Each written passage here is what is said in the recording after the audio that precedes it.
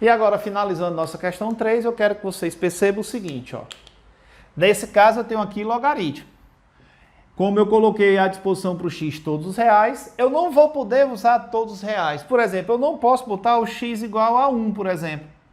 Porque se eu botar o x igual a 1, o meu logaritmo vai ficar aqui com essa parte negativa, eu não aceito.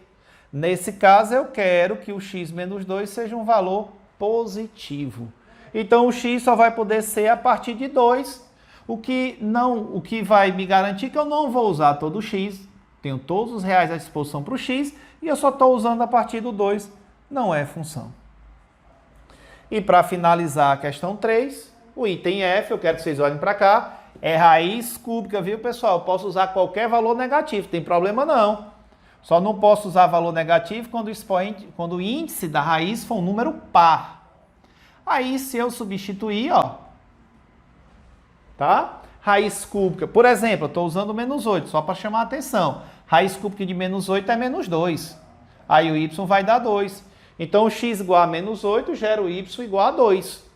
Aí eu quero que vocês entendam que aqui no lugar do x eu posso botar quem eu quiser. Menos 1, menos 2, número quebrado, qualquer valor eu posso botar no lugar do x. Negativo, 0, tá certo? Então, para o lugar do x eu vou botar todos os reais. Posso colocar todos os reais. E quero também que você entenda que qualquer x que eu coloque aqui não tem perigo de aparecer duas imagens. Cada x que eu jogar aqui, eu vou ter só um valor para o y. Então, é função também. Ok? Aí eu quero que você diga que cada item é função ou não. Beleza? Bom, nossa questão 4 trata de domínio. Isso é uma coisa que a UES gosta de cobrar muito. E é bem simples. Quando eu perguntar para vocês qual é o domínio, eu estou me referindo a qual é o maior domínio que eu poderia ter. Qual é o maior conjunto que eu poderia atribuir ao x. E aí eu tenho que ficar ligado nas restrições. Não pode ter raiz de número negativo, raiz com índice par. Não pode ter denominador zero. E também não pode ter aquela condição do logaritmo. Por exemplo, se eu colocar isso aqui para vocês, ó. Tem raiz? Não. Tem fração? Não. Tem logaritmo? Não. Então, quem é o domínio? Qualquer valor que eu quiser colocar. Aí, normalmente, a gente representa como o maior conjunto, ou seja, os reais. Só isso. Tá? Se não tiver fração, se não tiver raiz e nem logaritmo, pode botar qualquer valor para o x real. Já aqui, eu quero que vocês concordem comigo que no item B tem fração, então corre o risco do denominador ser zero. Então, a condição para esse resultado existir é que o denominador seja diferente de zero. Então, o meu x vai ter que ser diferente de 1. Quem é o meu domínio? Aí eu pego o maior conjunto. Quem é o domínio? Pode ser qualquer real, com exceção do número 1. Ok? Sempre eu vou pensar no maior conjunto. Isso cai muito na UES. Mas vamos para cá agora, ó. Item C. Eu quero o meu domínio. Aí eu tenho que ter cuidado, ó. Eu tenho raiz. Isso aqui que está dentro da raiz não pode ser negativo. Pode ser zero. Raiz de zero é zero. E pode ser positivo também. Aí eu vou ter que garantir que esse valor que está dentro da raiz tem que ser maior ou igual a zero. Não pode ser negativo. Ou seja, o meu x vai poder ser qualquer valor a partir de 6. Então, quem é o meu domínio? São todos os reais, desde que eles sejam um valor maior ou igual a 6. Ou, se você preferir, você pode botar do 6, você também pode representar isso como do 6, até o infinito. Ok?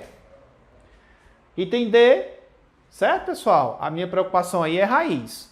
O que está dentro da raiz não pode ser negativo. Aqui, a minha preocupação foi fração. O denominador não pode ser zero. No item D, eu tenho as duas preocupações. Isso aqui que está dentro da raiz não pode ser negativo, tem que ser zero ou positivo, mas também não pode ser zero, porque o denominador não pode ter, tá? Isso é uma fração, não pode ter denominador zero. Então, nesse caso, o que eu vou ter que garantir é que esse meu x menos 4 vai ter que ser um número positivo. Não pode ser zero porque é denominador. Se fosse só a raiz, ela poderia ser zero, mas aí também é denominador. Então, aqui o meu x vai ter que ser um valor maior do que 4. Não pode ser 4. Se o x for 4, dá zero e não pode ter divisão por zero. Então, quem é meu domínio? Qualquer valor real, desde que ele seja um valor maior do que 4, ok? Bom, pessoal, aí o item é aí, ó, eu quero que vocês entendam, concordem comigo, tá certo? Que aqui, como eu tenho raiz, isso que está dentro da raiz tem que ser um valor maior do que zero, não pode ser zero, porque é denominador, e o denominador não pode ser zero, o x tem que ser maior do que 2, e ao mesmo tempo, tá? Esse denominador pode ser negativo? Pode, não tem raiz, mas não pode ser zero. Esse denominador vai ter que ser diferente de zero. Aqui ele tem que ser positivo porque tem a raiz quadrada. E a raiz quadrada, o que está dentro, não pode ser negativo. Mas só a fração não tem problema ter número negativo como denominador, não. 4 dividido por menos 2 é menos 2. É real, existe, tranquilo. Então a minha condição aqui é que o meu domínio pode ser aqui, ó. O meu domínio vai ser qualquer real desde que ele seja maior do que 2 e diferente de 3. Lembrando que quando eu boto maior do que 2, está incluído o 3. Eu tenho que tirar, porque o x não pode ser 3, já que esse denominador vai dar 0, se o x for 3. Ok? Vamos para a nossa questãozinha 5. Olha aí, questãozinha da UES. Tá? Olha o que é que ele diz. Ó. Ele me dá a função f, que é formada por essa sentença, e pergunta qual é o domínio dessa função. Certo? Bem simples, é o que a gente já vinha discutindo. Ó. Aqui eu tenho que ter dois cuidados. Isso aqui que está dentro, isso aqui, que é o logaritmando, esses dois valores, quando não tem base é porque a base é 10. Obrigatoriamente esses dois valores têm que ser números positivos. E além disso, o que está dentro da raiz tem que ser também positivo. São as duas condições que eu tenho, pode ser zero, são as duas condições que eu tenho para que, tá certo? Esse f exista. Então, basta eu atender essas duas condições que eu vou ter o domínio da minha função. Aí aqui vem aquela partezinha, tem um vídeo, um mini vídeo explicando inequações, onde eu falo que para resolver a inequação de segundo grau, pelo amor de Deus, não vão passar o 4 para lá e tirar a raiz não, que está errado. Se você quiser, ó, você até iguala a zero para encontrar as raízes.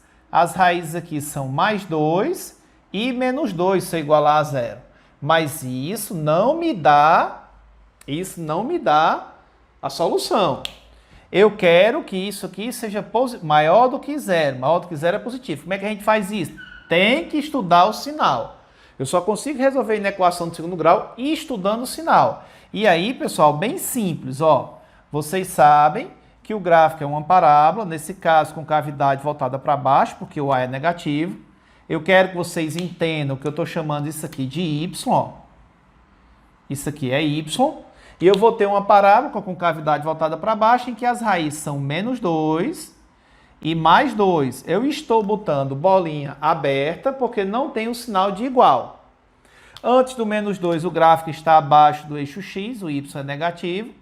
Entre o menos 2 e o 2, o gráfico está acima do eixo X, o Y é positivo. E depois do 2, o gráfico está abaixo, é negativo.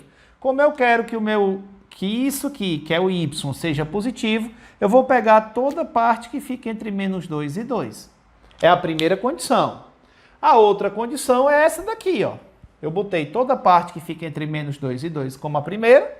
E a outra condição é essa, que eu vou fazer a mesma coisa. Vou chamar isso aqui de Y. Isso está bem explicado no vídeo de inequação, ok? Aí, eu pego. Nesse caso, também a minha parábola tem a concavidade voltada para baixo, porque o A é negativo. Se eu igualar a zero, aqui eu vou encontrar que as raízes são 0 e 4. Nesse caso, bolinha fechada, porque tem o sinal de igual, 0, 4. Antes do 0, o gráfico está abaixo, o Y é negativo. Entre o 0 e o 4, o gráfico está acima, Y positivo. E depois do 4, o gráfico está abaixo, o Y é negativo. Como eu quero que meu Y seja positivo, eu vou pegar tudo que está entre 0 e 4. Agora eu quero que vocês entendam que aqui, pessoal, eu vou ter que colocar eu vou ter que atender as duas condições. Nem serve essa apenas, nem essa apenas. A minha resposta é o que atende as duas ao mesmo tempo. E aí, pessoal, eu quero que vocês façam o que vai atender as duas condições ao mesmo tempo, é a interseção. A primeira condição é aceita de menos 2 até 2, nesse intervalo. A segunda condição é aceita de 0 até 4, nesse intervalo. Tá certo? Ó. E as duas condições, o intervalo que satisfaz as duas condições, é exatamente isso aqui, que fica entre 0 e 2. A minha resposta, a minha solução, tá certo? O meu domínio é de 0, bolinha aberta no 2, viu, pessoal? Ó, desculpa aqui, ó. Aqui é bolinha aberta, ó, aqui também, né? No menos 2. Então, aqui no 0 é bolinha fechada. Ó. Aí eu quero que vocês entendam o seguinte.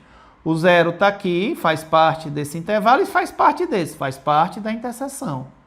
O 2 não faz parte desse intervalo, então não faz parte da interseção. Aqui é bolinha aberta.